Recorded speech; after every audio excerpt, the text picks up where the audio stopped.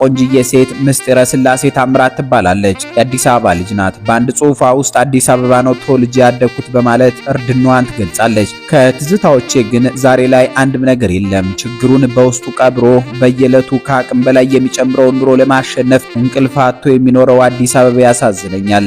የኑሮ ውድነትና ስራ ማጣት ሳያንሰው በመጣ በሄደው በትር የሚሸነቆጠው የከተማ ወጣት በጣም ያሳዝነኛል። ተወልዶ ባደገባት ከተማ የድሮ አራዳ እየተባለ ከኋላ የመጡ ሰዎችን የቅንጦት መኪና አንድ እንጀራ እንኳን በማይገዛ ብር ያውም እየተሰደበና እየተሾፈበት የሚጠብቀው የአዲስ አበባ ልጅ ህመም እጅግ በጣም ይሰማኛል። ይህ ሁሉ ሆኖም ህመሙን በጥርሱ ሸፍኖ ለጊዜውም ህይወቱን ከሚያቀልሉለት ከሚወዳቸውና ከለመዳቸው ጋር እንዳይኖር ለልማት እያሉ እንዳሸዋ እዚህና እዚያ ይበትኑታል። አቦ ለሰው የማይጠቅም ልማት ገደል ይግባ። ማርያምን የአዲስ አበባ ሰው ያሳዝነኛል። አውቃቸዋለሁ ችግሮቹን ከስር መሰረቱ ችግሮቼ ናቸው። አብረው ነው የኖሩት። ማን ነው ለአዲስ አበባ ሰው አለውልህ የሚለው? የራሱ ልጅ እንኳን መርቶት አያውቅም።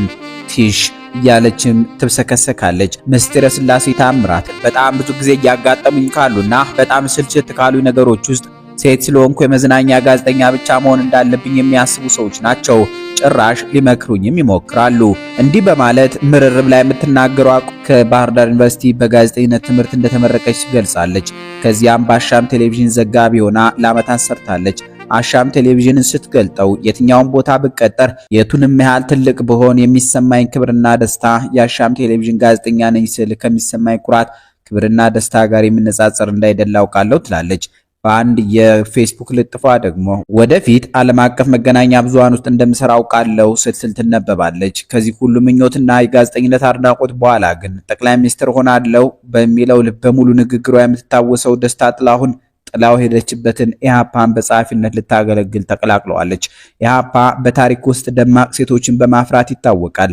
ገነት ዘውዴ፣ ሰላማዊት ዳዊት፣ ታደለች ኃይለ ሚካኤል፣ ሕይወት ተፈራ የተባሉ ትንታግ ሴቶች የጥንቱ ኢሃፓ ፍሬዎች ናቸው።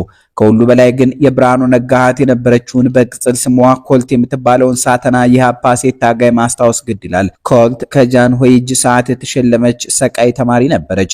ግን ወንድሟ ብርሃኑ ነጋ ቦንገር ወደ ኢሃፓ ከመሳባቸው በፊት እልል ያለች አብዮተኛ ሆነች። በአንድ አጋጣሚ ተነቃባት። እንደ ዘመነኞቿ ሲናይድ የተባለው መርዙ አቅማ ሞትን በጀግንነት ተጋፈጠችው። የዛሬዋ ኢሃፓና ጸሐፊ ምስጢረ ስላሴ ታምራት የዚያ ተአምረኛ ትውልድ ወራሽ መሆኗ ነው። የልደቷ አያሌው ምህረቷ አድናቂ ትመስላለች። ብዙ ጊዜ ስለ ሰላማዊ ትግል አቀንቃኙ ልደቷ አያሌው ትጽፋለች። በግል እንደሚጻጻፉም ፍንጭ ትሰጣለች። ምስጢረ ስላሴ በሀያዎቹ አጋማሽ ያለች ሴት ፖለቲከኛ እንደመሆኗ ገና ብዙ የሚጠበቅባት ይመስላል።